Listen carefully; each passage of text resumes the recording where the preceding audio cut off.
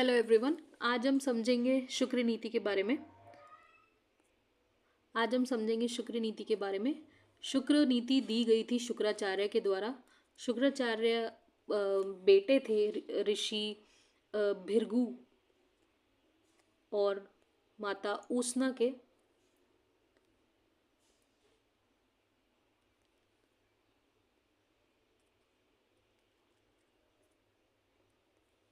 उष्णा जिसके बेटे थे।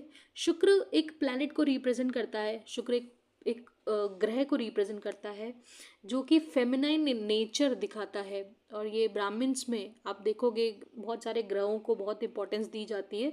उसमें से शुक्र काफ़ी इम्पोर्टेंट ग्रह माना जाता है। पैसे से रिलेटेड, आपके नाम शोहरत शौकत शान शौकत से रिलेटेड शुक्र एक बहुत अच्छा प्लैनेट माना जाता है। क्योंकि ये फ्राइडे को बॉर्न हुए थे श्रावण शुद्ध अष्टमी के दौरान, तो इनका नाम शुक्र रख दिया था, जिसलिए बाद में उनका नाम शुक्राचार्य है। और आप जानते होंगे फ्राइडे को शुक्रवार बोलते हैं, तो इसलिए इस तरीके से ये फेमस हुए, बाद में आचार्य बने। और इन्होंने जो नीति दी, इन्होंने जो पॉलिसी दी, उसका नाम दिया गया शुक्र नीति। Got it.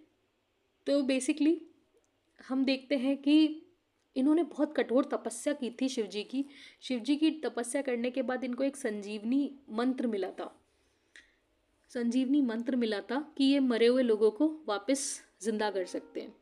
जहाँ पे Brihaspati is also a planet. Brihaspati is also बोलते ना कि एक कई सारे इंडियन माइथोलॉजी में देखोगे आप, बहुत सारे प्लैनेट्स को रिप्रेजेंट करते हैं। तो बृहस्पति जी एक बहुत फेमस प्लैनेट कंसिडर किया जाता है। तो बृहस्पति जी ने गुरु का रोल अपनाया था, किसके लिए? देवताओं के लिए। और जो हमारे शुक्राचार्य हैं, उन्होंने जो रोल जो गुरुओं का अपनाया था, वो था दैत्यों के लिए।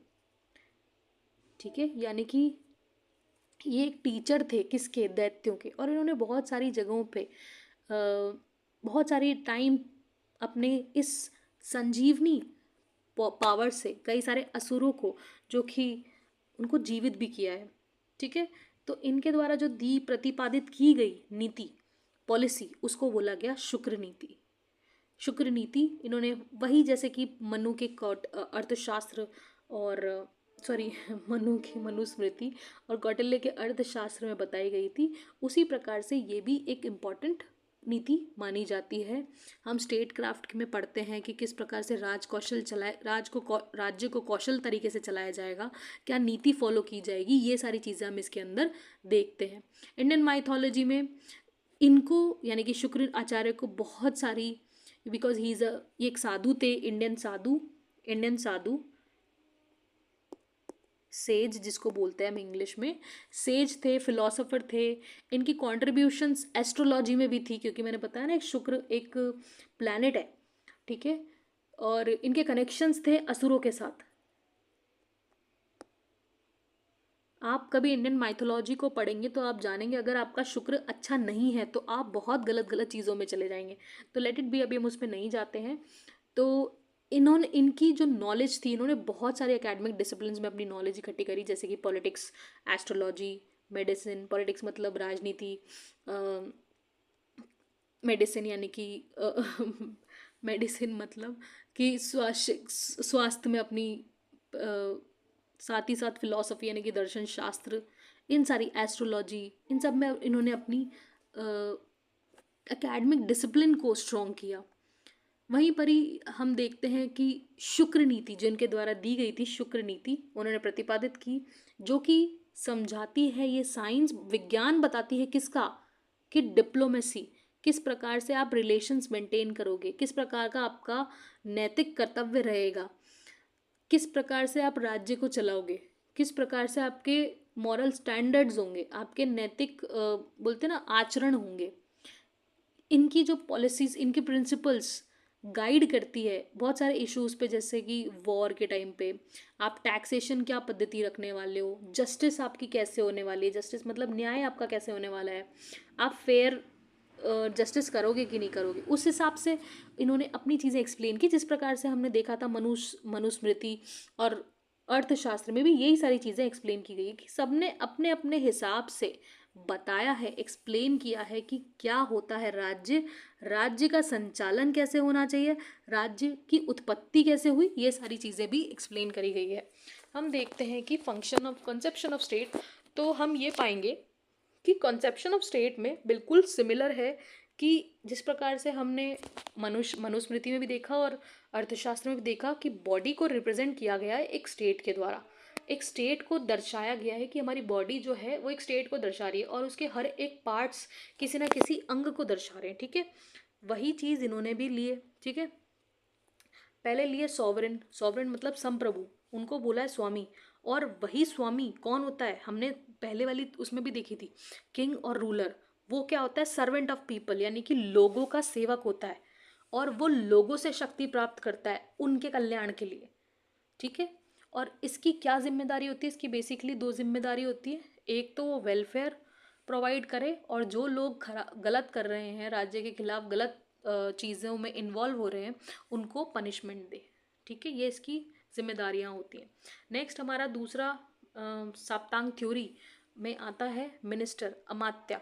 अमात्य मतलब वही आइज, आपको जो एडमिनिस्टर करेगा, यानी कि हेड ऑफ मिनिस्टर्स जैसे हम बोलते नहीं है, जो राजा को बताता है कि क्या सही है क्या गलत, डिसीजंस लेने में आसान करता है।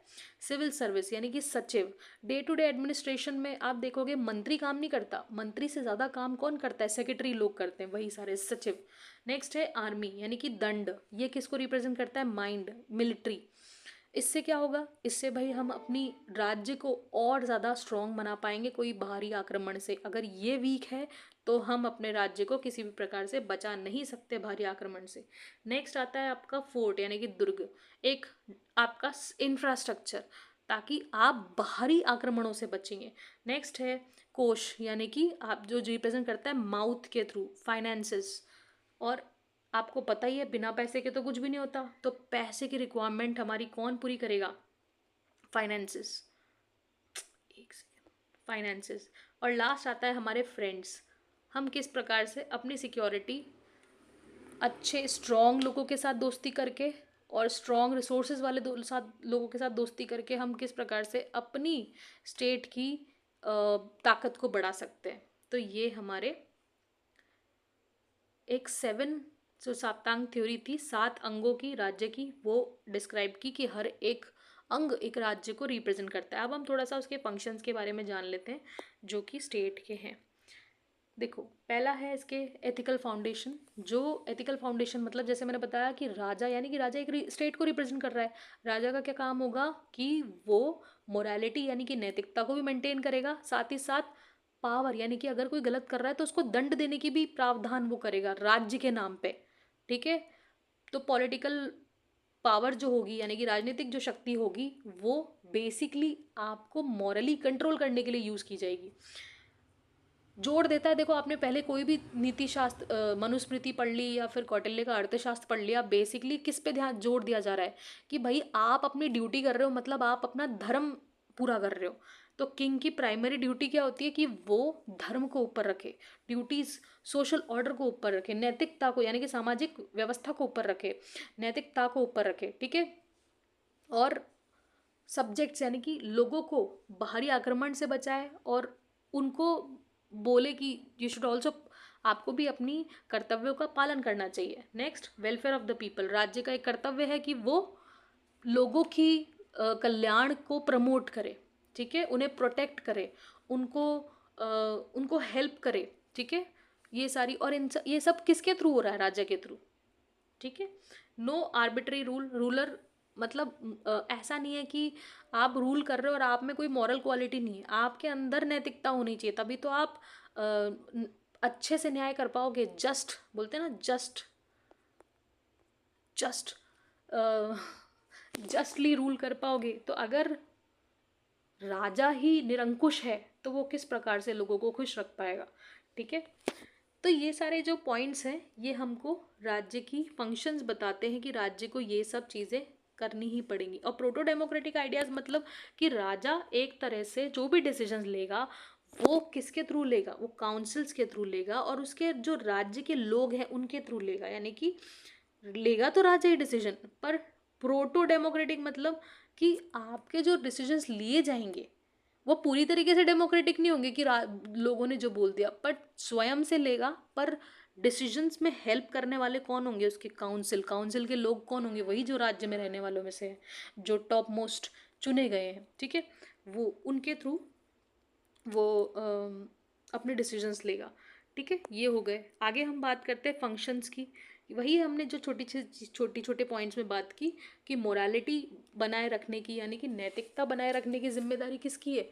राज्य की। किसके थ्रू बनाया जाएगा? राजा के द्वारा, ठीक है। Morality and political power.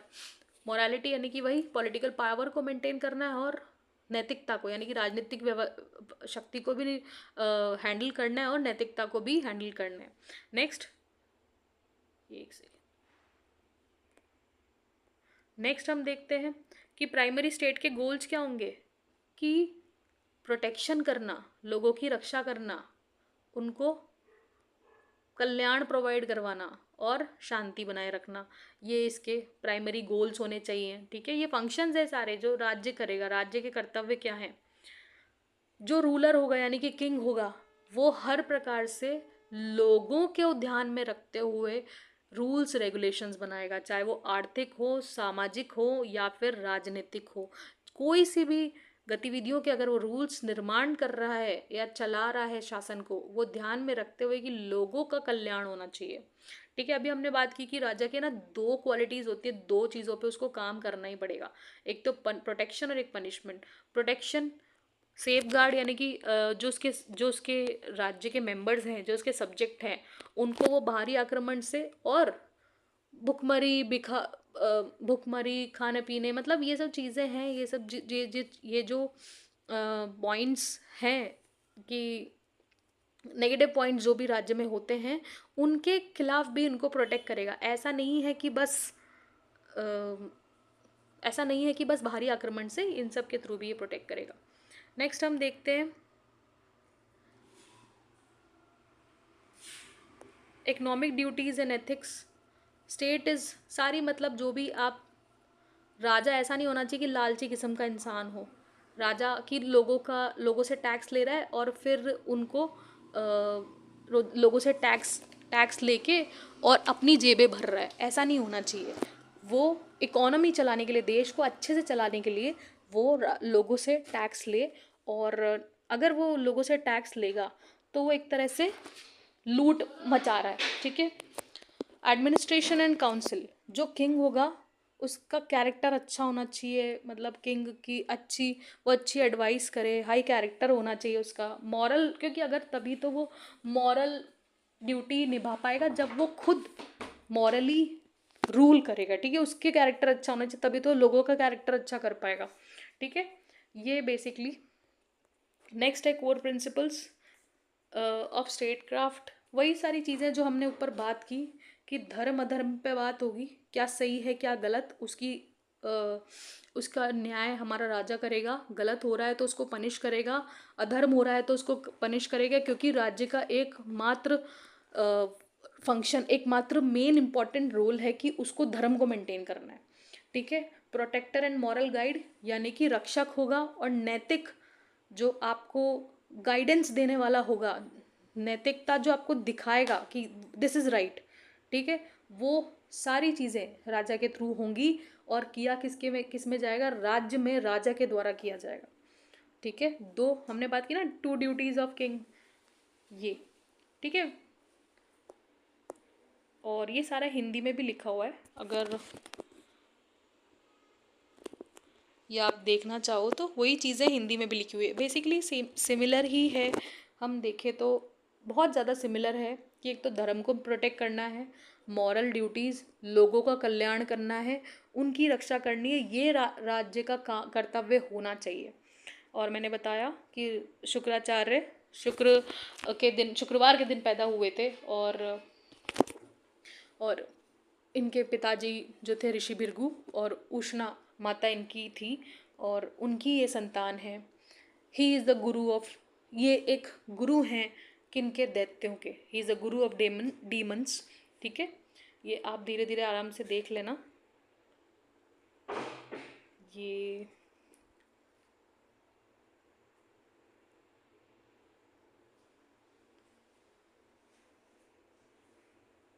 ठीक है, ये सारी चीज़ें आप देख लीजिएगा एक बार।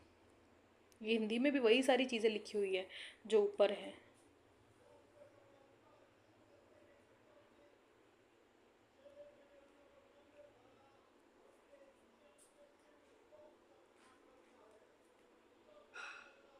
ठीक है, थैंक यू।